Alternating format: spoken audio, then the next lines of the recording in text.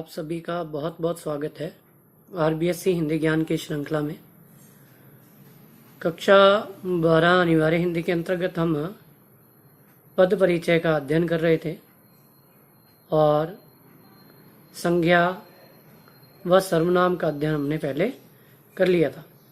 इसी भाग में हम आगे कुछ व्याकरणिक बिंदुओं का अध्ययन करेंगे और उनकी जानकारी प्राप्त करने का प्रयास करेंगे। आइए पद परिचय में आगे कुछ जानकारियां प्राप्त करते हैं। आशा करता हूं आप सभी ने चैनल को सब्सक्राइब कर लिया होगा। यदि अभी तक नहीं किया है तो चैनल को लाइक और सब्सक्राइब करें। देखिए, पद परिचय के अंतर्गत आज हम क्रिया का अध्ययन करते हैं और इसे समझने का प्रयास करेंगे। देखिए, क्रिया की परिभाषा क्या होती है कि वाक्य में प्रयुक्त जिन शब्दों से किसी कार्य का करना अथवा होना पाया जाता है उसे क्रिया कहते हैं। क्रिया का निर्माण संस्कृत में धातु रूप में ना प्रत्यय के योग से होता है। ये इसके धातु रूप है और जब इन धातु रूपों में ना प्रत्यय को जोड़ दिया जाता है तो क्रिया का निर्माण होता है। जैसे चल धन ना चलना, पढ़ धन ना पढ़ना, लिख धन ना लिखना, खा धन ना खाना। देखिए, क्रिया के कर्म के आधार पर दो भेद होते हैं। उनकी परिभाषाएं पहले हम पढ़ते हैं, फिर आगे की जानकारी प्राप्त करेंगे। देखिए, कर्म के आधार पर क्रिया के दो भेद होते हैं, अकर्मक क्रिया और सकर्मक क्रिया। देखिए, अधन कर्म यानी अ अर्थात अ उपसर्ग कहीं भी लग जाता है वो नहीं का अर्थ देता है, यानी कि जिसमें कर्म नहीं हो। वे क्रियाएं जिनके साथ कर्म प्रयुक्त नहीं होता और क्रिया का फल या प्रभाव कर्म पर ना पड़कर कर्ता पर पड़ता है उसे अकर्मक क्रिया कहते हैं। जैसे कुत्ता भौंकता है, बच्चा रो रहा है, उसी प्रकार ये सकर्मक क्रिया साधन कर्म यानी कि वे क्रियाएं जिनके साथ कर्म प्रयुक्त होता है और क्रिया का फल या प्रभाव कर्ता पर ना पड़कर कर्म पर पड़ता है उसे सकर्मक क्रिया कहते हैं। जैसे सोनू जूते बना रहा है। देखिए, कुछ उदाहरण करवाता हूं, उनके माध्यम से मैं आपको क्रिया आसानी से समझाता हूं कि कैसे आप पहचानेंगे क्रिया कौन सी होगी और किस क्रिया का इसमें प्रयोग हो रहा है। देखते हैं अभी। क्रिया की पहचान के लिए कुछ बातें हमें याद रखनी है। जैसे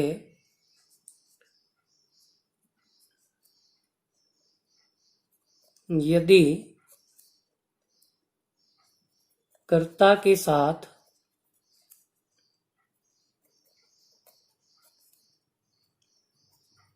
ने कारक चिन्ह का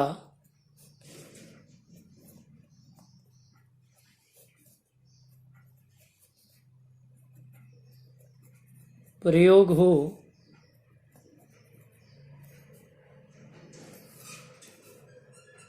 तो वाक्य सकर्मक होगा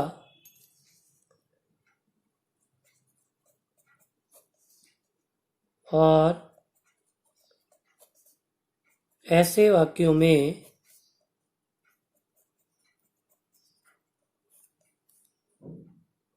भूतकाल होता है। यानी ने कारक चिन्ह का प्रयोग करते वाक्य बनाओ तो आपकी सकर्मक क्रिया ही होगी। और क्या याद रखना आपको कि वाक्य में यदि क्या से प्रश्न किया जाए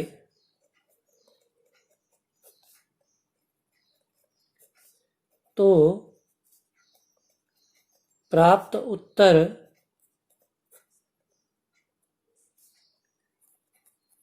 कर्म होगा।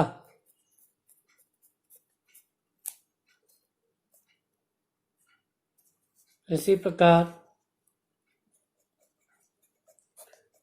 वाक्य में यदि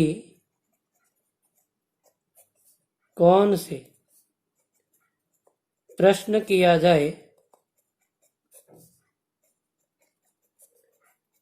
तो प्राप्त उत्तर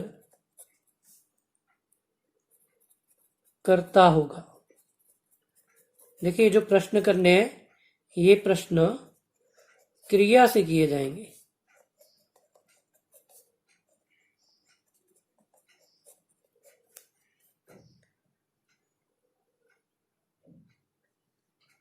देखिए, और महत्वपूर्ण बात कि यदि वाक्य में क्रिया से क्या और कौन से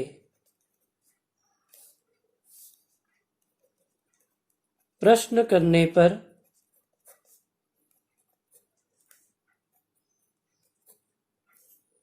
एक ही उत्तर प्राप्त हो,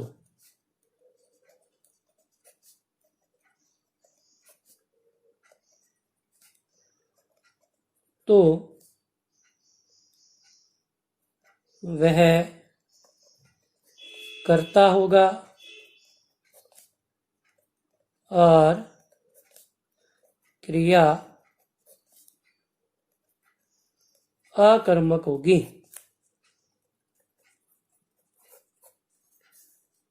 अन्यथा क्रिया सकर्मक होगी। देखिए, अब कुछ वाक्य लिखते हैं और वाक्यों के माध्यम से हम क्रिया को पहचानने का प्रयास करते हैं। जैसे, उसने आंखें भर के या भरकर कहा।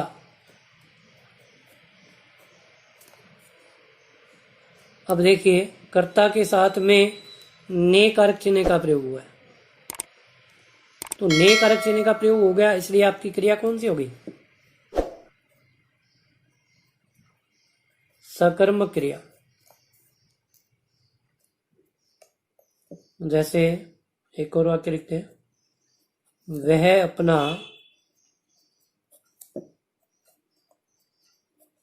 सिर खुजलाता है। अब देखिए, क्या और कौन से प्रश्न करते हैं? क्या खुजलाता है, कौन खुजलाता है? देखिए, क्या खुजलाता है, कौन खुजलाता है, दोनों के उत्तर अलग अलग प्राप्त हो रहे हैं। तो ऐसी स्थिति में जब एक ही उत्तर प्राप्त होता है तब तो अकर्मक होगा, अलग अलग होंगे तो सकर्मक। जैसे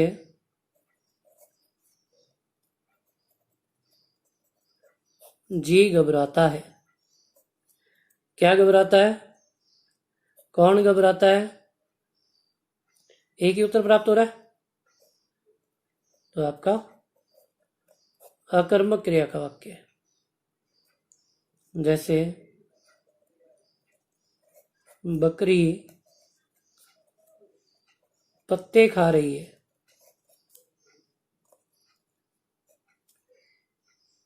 क्या खा रही है, कौन खा रही है,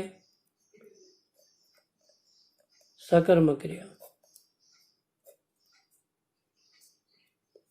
जैसे श्याम ने मोहन को पीटा। देखिए, ने कारक चिन्ह का प्रयोग हुआ है, सकर्मक क्रिया। इसके अलावा मैंने वाच्य वाले वीडियो में आपको बताया था कि कर्ता के साथ में कारक चिन्ह की विभक्ति का प्रयोग हो और कर्म के साथ में भी किसी कारक चिन्ह की विभक्ति का प्रयोग हो तो वहां पर आपका भाववाच्य होता है।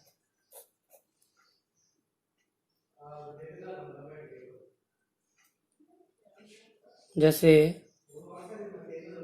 बादल गिर रहे हैं। देखिए, क्या गिर रहे हैं, कौन गिर रहे हैं, यानी कि अकर्मक क्रिया।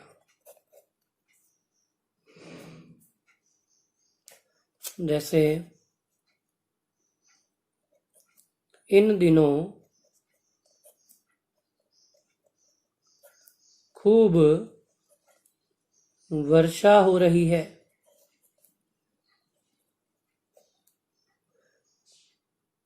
क्या हो रही है, कौन हो रही है? आपका एक ही उत्तर आ रहा है, इसलिए क्या होगा? अकर्मक क्रिया।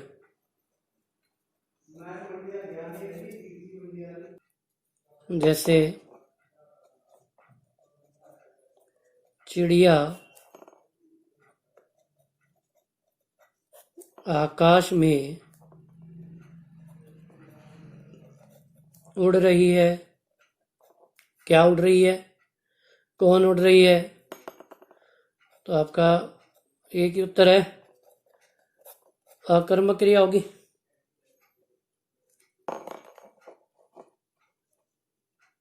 जैसे हम अपने देश पर मर मिटेंगे। देखिए, क्या मर मिटेंगे, कौन मर मिटेंगे, एक ही उत्तर प्राप्त हो रहा है आपको, इसलिए अकर्मक क्रिया। जैसे आकाश में घनघोर घटाएं छा रही है। देखिए, क्या छा रही है, कौन छा रही है, इसलिए आपका अकर्मक क्रिया। पद परिचय के अंतर्गत आपको क्रिया की इतनी पहचान होनी चाहिए। आशा करता हूं कि क्रिया की पहचान आपको हो गई होगी और क्रिया संबंधी प्रश्नों को आप आसानी से हल कर लेंगे। धन्यवाद। आगे के बिंदु की जानकारी अगले वीडियो में प्राप्त करेंगे।